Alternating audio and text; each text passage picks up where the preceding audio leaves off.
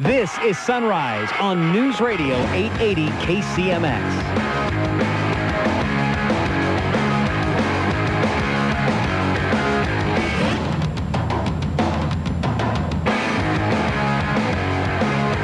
Good morning, everybody. Welcome back to the Sunrise Show. 17 minutes after the hour.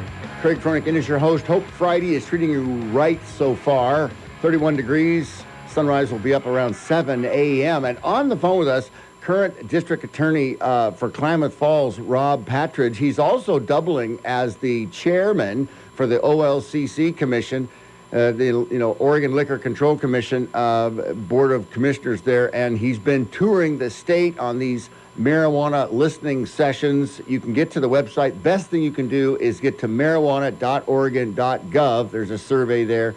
And he just finished up in Ashland on Wednesday, and on Thursday morning in Klamath Falls at OIT, and then Bend last night. And it's great to have you on, Rob. Thanks so much for being on the program this morning.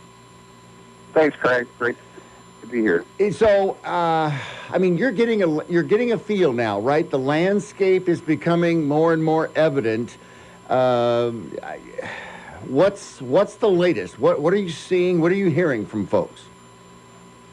We've had a face-to-face conversations with about 1,800 Oregonians who showed up at these town hall style meetings. We've had an opportunity to listen to them. We've had 16,000 people respond to the survey we put out earlier in the year at marijuana.oregon.gov. We're really getting a feel for what's going on. Predominantly, these meetings are attended by people who are interested in this new marijuana economy, whether it's growers or dispensary owners or medicinal marijuana people. But they're side one, and they have a voice in this. And we're trying to balance putting this new economy in place with the concerns that citizens have related to public safety and other things. So, it's a delicate balance that we walk with liquor as well, and we're committed. Though I voted against it, I'm committed to do it the right way for Oregon and not stand on the air hose. Exactly. Well, and I noticed this. In fact, our dialogue yesterday was that it came out more than once. Is that predominantly the folks that are there to start the new industry, that entrepreneurs that want to sell recreational marijuana, how are they going to do it? And it's big money. And wasn't it mentioned $1.2 billion is the estimate for sales volume in the state of Oregon? No, it's liquor is just topping $1 billion. Okay. And almost $1.2 billion. There's really, marijuana is only going to be about 10% of that as we come out of the gates, but it's still a very difficult needle to thread. It's not even fair, I don't think, to ask economists what we're going to get. We've seen Washington and Colorado really miss the mark on the revenue that they're going to have. So I think it's going to depend a lot on what the legislature decides to do to tweak Measure 91. Well, this Measure 91, exactly right. And that's the next thing that's going to be on when is the Oregon legislature going to tackle this taxing issue? And the next issue is, do you have a different level tax for recreational than you do for medical, or do you tax medical marijuana at all? Well, the issue right now, and what we've learned from both Colorado and Washington State, is neither one of those states, they left in place a medical marijuana system as well as a recreational system. We know here in Oregon that approximately 75% of the marijuana that's grown is in the medical side is going out into the black market today. There's way more that's being produced, but we don't tax that at all, and there's no control or regulation over the grows. Governor Kitzhaber, right as this measure passed, came out with a very strong statement about combining the medical and recreational marijuana systems. Obviously, he's not the governor as of this week. Right. So we're going to see what the new governor has to say. We're going to see what this joint committee has to say. Even people who are strong components of Measure 91, like Peter Buckley, are interested in bringing the systems together to at least track the marijuana coming through the system, so we have the integrity of the market. If there's no tax on something and there's cover, why is somebody going to buy in the legal system that's got about a $520 tax per pound of marijuana. Exactly. Now, let me get this straight. So 75, the best estimate you've got is that 75% of the marijuana grown for medical purposes, are you saying it's going to the black market? That's what I'm hearing from growers as I go around and talk to them confidentially. That's what's going on in the market today. There's a lot of it leaking out into the black market, out of the system. You know, if we look to Washington State and Colorado, we group users into kind of two categories. There's the recreational user, the casual user, and then kind of the super user. Right. The super users make up about 20% of the market. Those people are smoking about 25 ounces of marijuana, so a little over a pound and a half of marijuana a year. And the kind of recreational users are smoking around 4 ounces a year. So based upon the production that these plants are yielding, especially these outdoor grows in Southern Oregon, there's not a balance there. No way. And once again, the super users, that's 25 ounces of marijuana a year. That's approximately what we have. We're still trying to refine our, some numbers, but that's what I'm hearing. In other words, they're stoned all the time. I'm sorry to laugh. It's so sick. Rob, hang on. We've got to get to a break. Ladies and gentlemen, this is incredibly serious with these estimates, and Rob Patridge is leading the charge. He's the chair for the OLCC, and we've got a quick break we've got to take, but we'll take your calls if we can squeeze these in, and Rob's been gracious enough to grant us a few more minutes with the busy schedule, and we'll list the schedule coming up on these listening sessions throughout Oregon going into March, and the numbers are racking up. And Rob, it's great to hear these numbers, that you're starting to get a landscape, because we definitely don't want to do what Colorado and Washington are doing. And I know that at some point the legislators are going to be wanting to hear all of these, and it's going to be powerful when you get that in. Okay, let's stay tuned. The Sunrise Show on News Radio 880 KCMX. We'll be back after this break. The Bloomberg Market Update is next.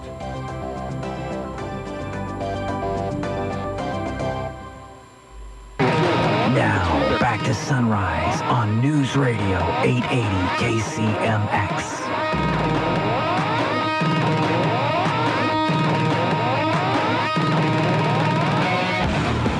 Good morning, everybody. Welcome back. 35 minutes after the hour, it's the Sunrise Show on News Radio 880 KCMX. Craig Cronin is your host, and thrilled to continue with Rob Patridge. He's the chair on the Oregon Liquor Control Commission board and touring through the state. And it's just amazing. But I want to get to the edibles, and we've got a call coming in, Rob. But the edibles, what are you hearing with that? Because that's scaring me a little bit with packaging and kids and access and all of that. Yeah, edibles is going to be the hardest thing that we're going to have to do at the Oregon Liquor Control Commission. As we've gone around, have these listening sessions. They're strong to the recreational marijuana entrepreneurs that they don't want any restriction on anything related to the edibles, and we're hearing a lot of problems out of Colorado and Washington, and a lot of public concern related to this. So it's going to be something we're going to look at, the gummy bear issues. And oh my gosh, yeah, huge issues. Yeah, I couldn't believe it, because this is the nemesis of the marketing in Colorado when they came out with pot tarts. And I was just going, are you kidding me? Anyway, I could go off for hours on that whole thing. But you're right. I mean, are we going to protect the kids? Are we going to protect the access? And then this whole issue of secondhand smoke and everything else. Rob, so next, I guess the listening sessions are going to continue, and then we're going to get to this phone call. So we finished up this week, Klamath Falls and Bend, and then on the 26th, on Thursday, the 26th, you'll be in Beaverton at the Embassy Suites there. That'll be a big meeting in Tigard. And then the next day, Friday, February 27th, in Clackamas at the Monarch Hotel. And then you'll finish up Wednesday, March 11th in Newport, Oregon. I applaud you for those efforts to hear what folks have to say. Property owners, huge, right? I mean, what's going to happen with that? That's another big issue. Yeah, people are very, very concerned about what kind of restrictions, if any, or OLCQ is going to place on where these businesses can be located. We're trying to work in concert with cities and counties to talk about their land use planning and how this is going to dovetail all together.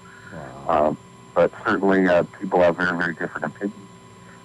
So related to that, only 14 of Oregon's counties passed it. So, Only 14, isn't that something? Yeah. Yeah, so we've got there's issues related to location, and we have to deal with that. Wow. Rob, we've got a call coming in. Let's grab that. Good morning. You're live on the Sunrise Show. You have a question for Rob Patridge?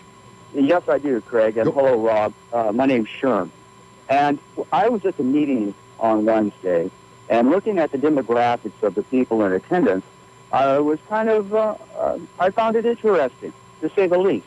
I've graduated from SOU a couple of times, and I looked around, and I didn't see many college students. And looking at the pictures, the photographs of the other meetings, I'm seeing the same kind of crowd. And it's not a few hippies on this issue and college students. There's something else involved here that's way beyond that. It's the market, right? The ability to make big money, I guess. Rob, are you seeing that as well? Well, I think that's correct. I think that we're not seeing a lot of college-age kids in these meetings. I think it would skew to I think the demographic is pretty mixed. It might skew to, people in their late 30s, early 40s, but we haven't asked for those particular statistics as we've gone around. But it is these meetings are certainly dominated by those who have an economic interest in becoming marijuana entrepreneurs or are currently in the medical system.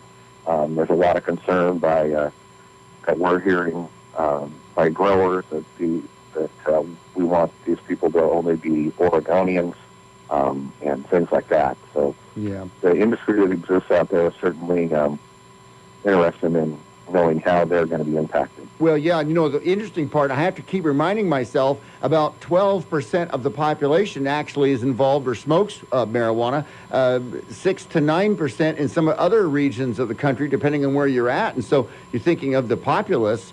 And Sherm, you brought this up with college kids. That would be 12% of college kids as well. So another reason. Yeah, well, they're not just, they're serious people. The only college